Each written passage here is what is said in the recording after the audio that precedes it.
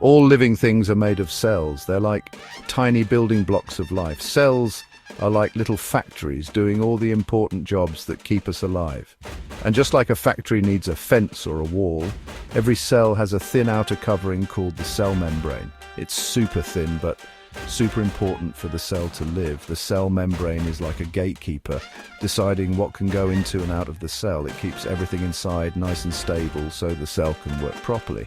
If a cell didn't have a membrane, it would be like a city with no walls, totally open to danger and problems.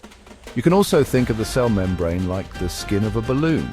It holds all the parts of the cell inside, keeping them safe from the outside. This awesome structure makes sure the cell can do its job well. The cell membrane is mostly made of a double layer of tiny things called phospholipids.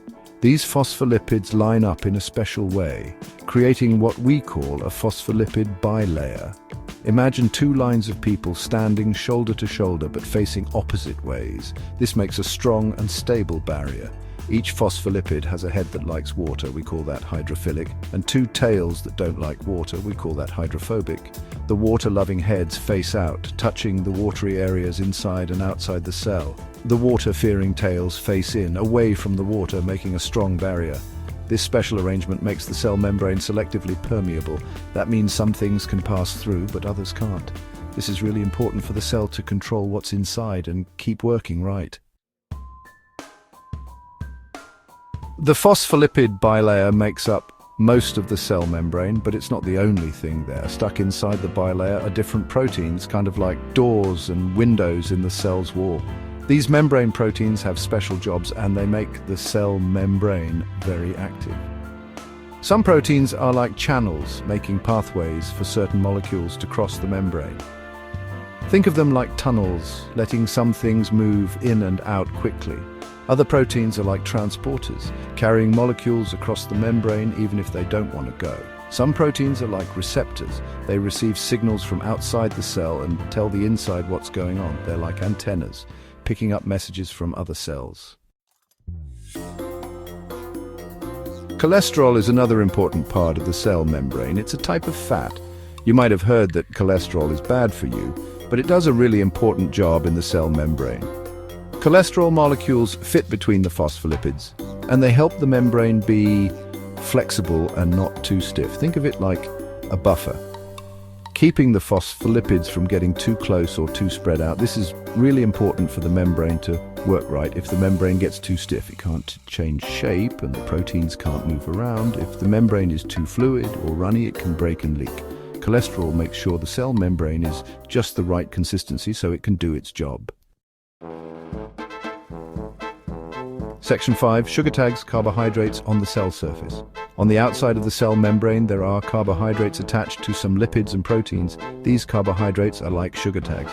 They're important for cells to recognize each other and talk to each other. Think of them like ID cards.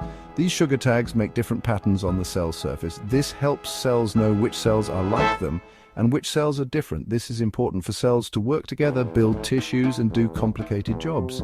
For example, immune cells use these tags to find and destroy bad guys like bacteria and viruses. Without these tags, our immune system wouldn't know which cells are good and which are bad. Section 6. A selective barrier. How the membrane controls entry and exit. The cell membrane's ability to choose what goes in and out is really important for keeping the inside of the cell stable and working right. This happens because of how the phospholipid bilayer is built and how the membrane proteins work.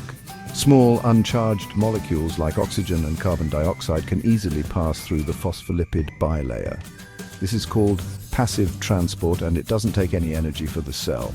But bigger molecules or charged ions need help from membrane proteins to get through. Active transport takes energy to move molecules, even if they don't want to go that way. This is how cells get the good stuff they need and get rid of waste. Section 7. Cell signaling. Communicating with the outside world. The cell membrane is super important for cells to talk to each other and react to what's going on around them. This communication helps cells work together, grow, and react to changes. Membrane proteins, especially receptors, are really important for this.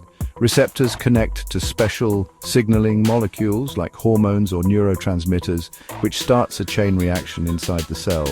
This chain reaction causes the cell to do something specific. For example, when a hormone connects to its receptor, it can activate enzymes, change gene expression, or even make the cell divide. This communication network helps cells react to changes around them and stay balanced.